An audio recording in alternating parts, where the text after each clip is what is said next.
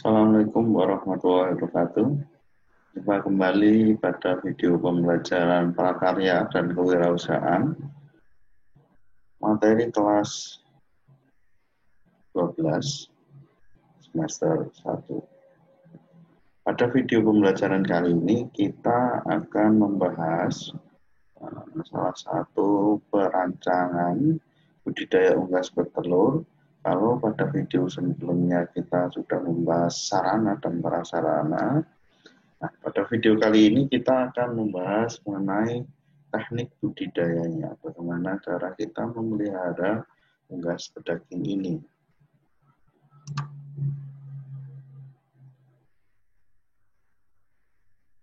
Nah, apa itu teknik budidaya? Teknik budidaya adalah suatu kegiatan yang direncanakan dengan sistematis, dengan prosedur yang telah ditentukan untuk melakukan pemeliharaan terhadap hewan budidaya unggas agar dapat bertumbuh dengan baik dan menghasilkan produk yang sesuai dengan direncanakan. Jadi, budidaya unggas itu suatu kegiatan yang sudah direncanakan secara prosedural, secara teratur, secara terkonsep, secara sistematis. Nah, tentang apa? Tentang pemeliharaan, bagaimana cara memelihara hewan. Hewan apa? Hewan budidaya unggas. Tujuannya untuk apa? Agar hewan yang kita pelihara ini bisa menghasilkan produk sesuai yang kita targetkan. Tumbuh dengan sesuai targetnya, kemudian produk yang dihasilkan juga sesuai dengan targetnya. Itu adalah teknik budidaya unggas.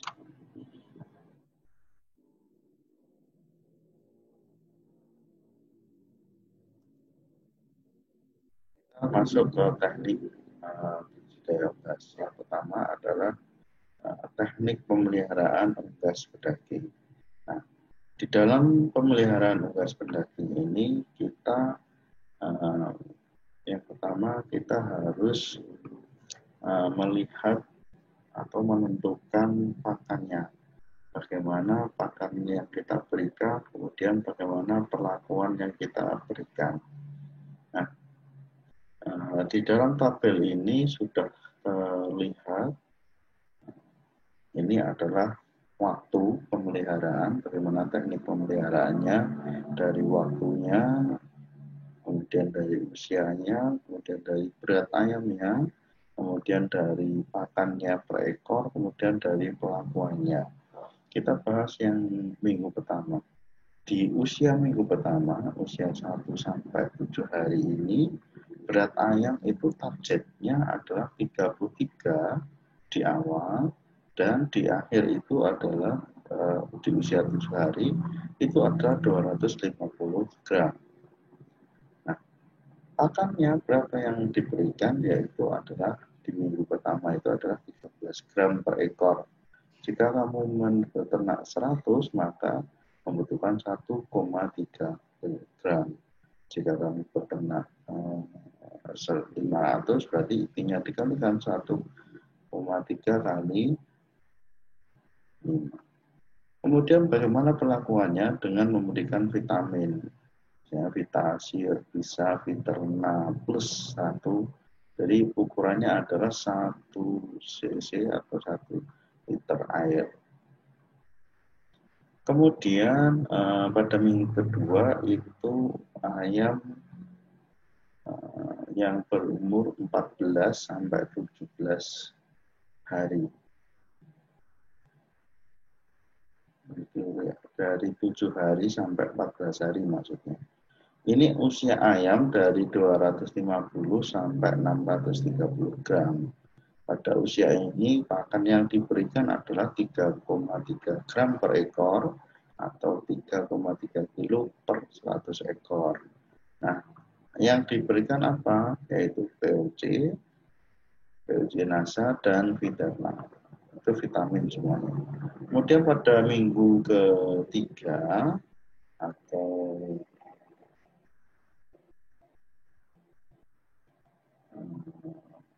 ketiga itu 15 sampai 21 hari, itu yang diberi dengan beban beratnya itu mencapai 630 sampai 900 gram, itu pakan yang diberikan adalah 48 gram dengan pemberian vaksin ND, kemudian vitamin, POJ, dan Vitella.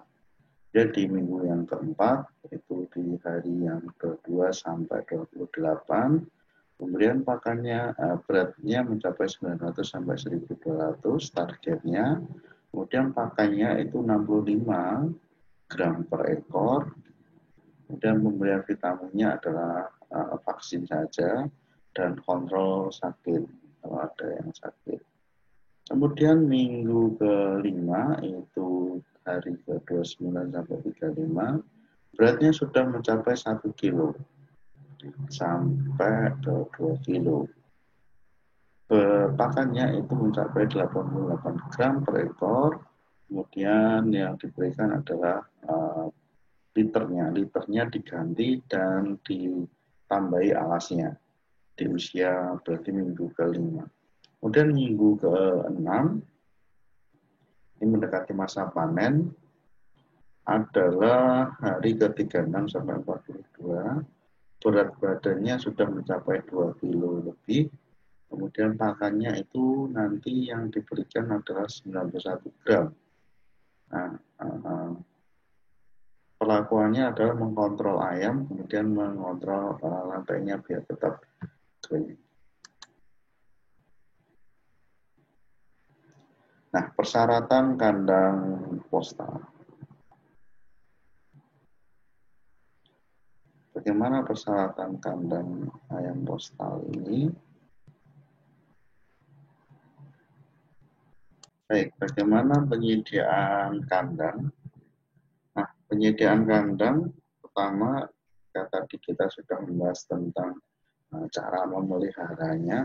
Kemudian tahapan selanjutnya kita adalah memelihara kandangnya atau menyediakan kandangnya, teknik menyediakan kandangnya. Pertama kandang yang kita pilih adalah kandang postal. Nah, kandang bisa berbahan dari besi, bambu, kayu, ataupun aluminium. Yang ketiga adalah kandang ini harus aman. Aman itu artinya kuat, tidak goncang, dan kemudian di sekitarnya terbebas dari hewan-hewan pemangsa. Kemudian harus bersih juga, karena ayam broiler ini sangat rentan sekali terhadap penyakit. Kemudian tipe kandang itu adalah tipe jenis koloni atau dalam jumlah yang besar. Nah, apa syarat kandang postal untuk unggas bedak ini? Jadi kita tadi kan sudah menentukan ini kandang postal. Nah, apa syaratnya kandang postalnya? Pertama adalah adanya tempat makan. Nah, tempat makan ini harus disesuaikan dengan umur unggas bedaging. Jadi KTD kan 1 ekor, kalau DOC berapa? 33 gram. Maka tempat makannya juga harus sama untuk tampungan 33 gram. Jangan sampai ayam ini tempat makannya besar, terus pakannya diisi full. Ya, otomatis ayam akan makan dalam jumlah yang besar. Nanti pakannya akan boros, selain itu nanti akan mengganggu pertumbuhan ayam.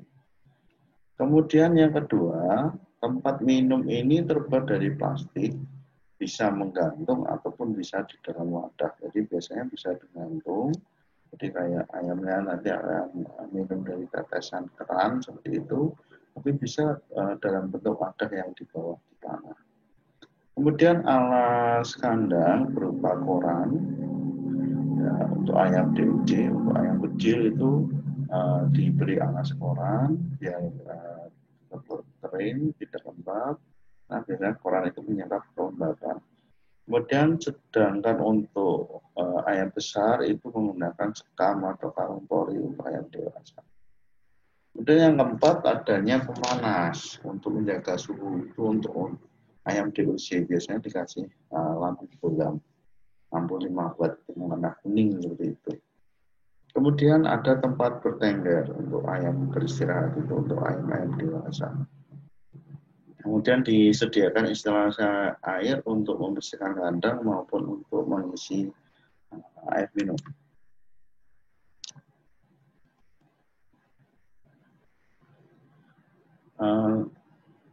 Teknik selanjutnya adalah kita memilih bibit.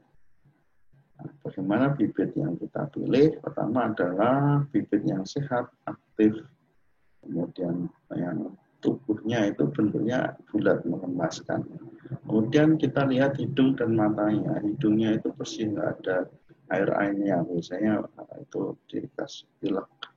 Kemudian matanya juga tajam, tidak merem sipit atau gimana gitu. Tidak. Kemudian bulunya halus dan mengkilap. Itu ayam-ayam yang kita pilih. Yang ketiga adalah menyediakan pakan. Bagaimana menyediakan pakan? Pertama kita harus menentukan bentuk pakannya. Yang bentuk pakan ini bisa pabrik atau racikan sendiri. Itu yang harus kita tentukan. Oh, yang paling praktis dan dana kita, modal kita banyak, maka kita bisa pilih pabrik yang praktis. Kemudian bahan makannya ini bisa alternatif, bisa menggunakan dedak, bisa jagung, bunggel, atau tepung tulang. Kemudian jenis pakannya ini dibagi menjadi dua, ada starter, ada finisher atau yang dewasa. Kemudian pemeliharaan. Ini berkaitan dengan pemberian makan, pemberian minum, dan obat atau vaksinasi. Pertama kita membahas pemberian makan. Pemberian makan ini adalah memberikan makan sesuai dengan berat dan umurnya. Seperti tadi yang di depan, kita sudah memberikan tabel, bisa kita ketahui. Jadi dalam pemberian makan itu harus melihat umur, harus melihat berat badannya. Kemudian makannya akan disesuaikan dengan itu semuanya. Kemudian kita harus memperhatikan efisiensi pakan. Jadi dalam pemberian pakan ini harus disesuaikan dengan porsi ayamnya. Kalau ayamnya DOC ya 33 gram, nggak usah terlalu lebih, dikasih 1 kilo biar cepat besar. Justru nanti akan mengganggu pertumbuhan ayam. Kemudian durasi pakan itu adalah 3 kali sehari ya, seperti kita manusia, hewan juga makhluk hidup, butuh makan, ya makannya harus rutin jam 3, sehari 3 kali. Dan biasanya jamnya kalau peternak itu dia on time, kalau ngasih jam 8 ya jam 8, terus sesi pertama, sesi kedua jam 12 ya jam 12 gitu. Kalau bergeser 1 jam pun kadang ayam akan berbeda nanti pertumbuhannya. Itu menurut pengalaman dari beberapa peternak.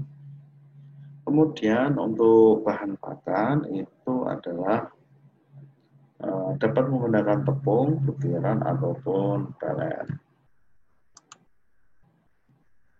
Nah, ini komposisi ayam untuk fase starter itu adalah protein 22%, lemak 2,5%, kemudian serat kasar 4%, kalsium 1%, fosfor 0,7%.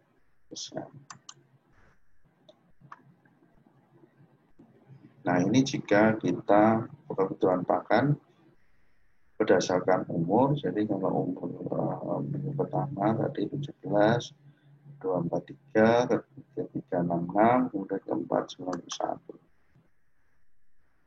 Kemudian ini untuk finisher, itu proteinnya 18%, lemak 2,5%, serat kasar 4,5%, kalsium 1%, dan fosfor 0,7%. Nah, ini jumlah pakan berdasarkan umur. Jadi jika umur 5 minggu itu kebutuhan pakannya adalah 111 gram, umur ke-6 129 gram, minggu ke ini harusnya ke-7 ya, ke-7 itu adalah 146, kemudian minggu ke-8 itu adalah 161, dan minggu setelahnya atau 9, 10, dan seterusnya itu adalah 161 tetap jumlah. Kemudian pemberian minum. Yang pertama kita harus menyediakan tempat minum. Nah, tempat minum ini ditaruh dalam sebuah wadah agar ketika ayam minum itu bisa bersih. Nah, tata pemberian minum adalah pemberian minum ini untuk ayam DUC, ayam kecil, itu biasanya dikasih gula dan obat anti stres. Biar ayam yang baru pindah, misalnya baru beli ayam baru tersebut, kemudian uh, baru dipindah ke kandang, biar tidak stres, itu minumnya dikasih gula dan obat anti stres. Bentuk tempat minum itu bisa mangkok, bisa aliran air. Nah, seperti ini aliran airnya mengalir. Kemudian kebutuhan minum itu disesuaikan dengan ukuran berat badan ayamnya. Ini kebutuhan minum dari minggu pertama sampai minggu ke-8 itu dilihat dari kebutuhannya. Kemudian yang terakhir adalah di pemeliharaan ini adalah pengendalian penyakit. Bagaimana kita menjaga penyakit? Pertama kita harus memberikan vaksinasi, mencegah hewan lain masuk ke lokasi peternakan. Jadi misalnya hewan yang sudah masuk itu 100, ya jangan membawa hewan lain dari luar. Harus dikarantina dulu hewan lain itu sebelum masuk ke kandang. Jadi kandang itu harus steril. Kemudian melakukan disinfektan dan pencucian kandang. Itu setiap selesai panen dan memulai pemeliharaan baru, itu harus dikasih disinfektan dan pencucian kandang. Kemudian menjaga kebersihan kandang dan sanitasi, tentu saja karyawan atau wasit tidak mudah terserang penyakit. Kemudian menggunakan sistem penghapus hama atau penyemprotan. Kemudian mencegah penularan penyakit oleh karyawan. Jadi karyawan kita itu yang masuk dalam kandang harus benar-benar dalam keadaan yang bersih. Kemudian mengatur komplek keluar masuknya karyawan dalam komplek. Jadi karyawan itu masuk jam berapa untuk mengisi makanan, keluar jam berapa, masuk kembali jam berapa. Itu harus ditentukan sesuai jadwal biar ayam tidak stres dan ayam terminalisir terhadap penyakit yang dibawa oleh karyawan. Kemudian memusnahkan ayam yang mati. Jadi ayam yang mati misalnya karena penyakit, pilek, seperti itu ayam harus segera dikubur, bisa dibakar juga bisa. Kemudian selanjutnya adalah melakukan pencegahan melalui vaksinasi. Jadi ayam diberi vaksin biar tidak terkena penyakit. Dan terakhir adalah tidak menjual ayam yang sudah atau baru disuntikkan antibiotik. Jadi ada fase menunggunya sebelum ayam itu dijual, itu ketika mau memberikan antibiotik lebih baik ayam yang mau dijual itu jaraknya 7 sampai 14 hari.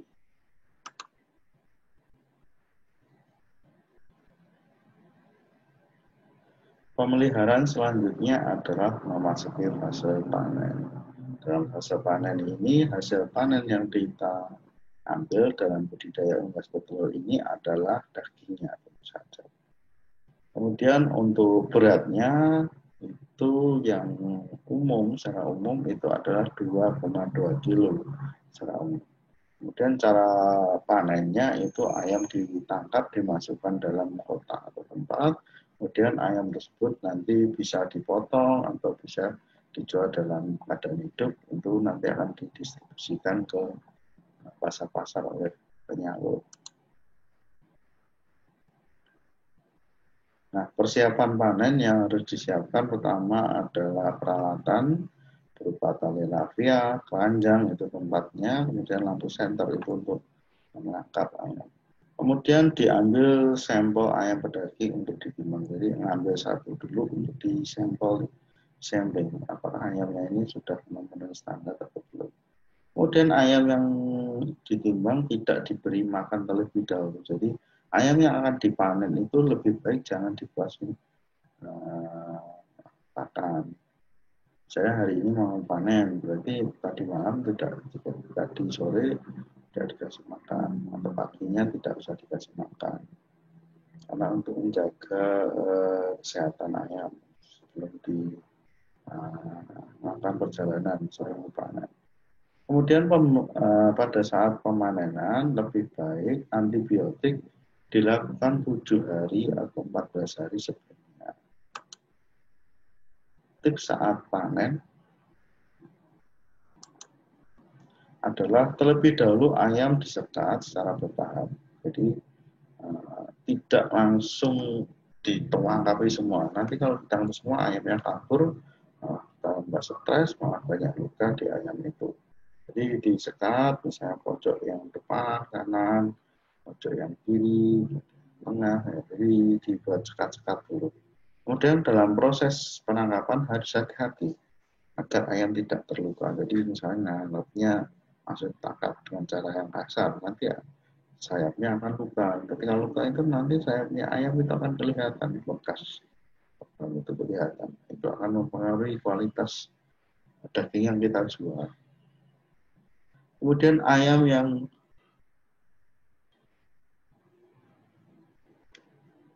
telah ditangkap, kemudian ditaruh dalam keadaan panjang agar mudah diatur. Jadi ini kondisi penjualan dalam keadaan hidup. Nah, pada proses pemanenan, ini ayam bisa dipanen umurnya 33 hari ke atas. Kemudian ayam yang berumur lebih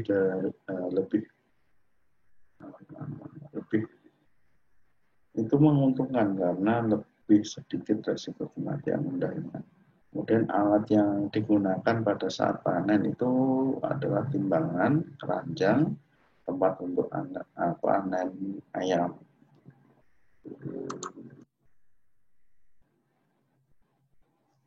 Terakhir dalam pemeliharaan, teknik memelihara ini adalah pasca panen. Apa yang harus dilakukan setelah semua ayam ini sudah dipanen? Yaitu pertama adalah mengumpulkan semua peralatan dan membersihkannya, baik tempat makan, tempat minum, kemudian kandangnya itu semua dibersihkan.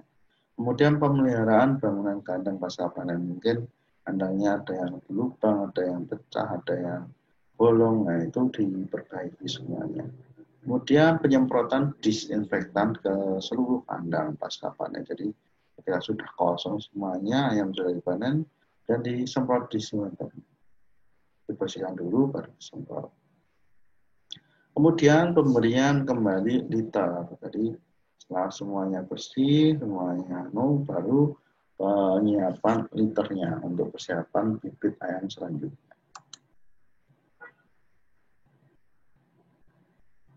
Demikian video pembelajaran kali ini. Terima kasih sudah menyimak video ini. Sampai jumpa pada video pembelajaran selanjutnya. Assalamualaikum warahmatullahi wabarakatuh.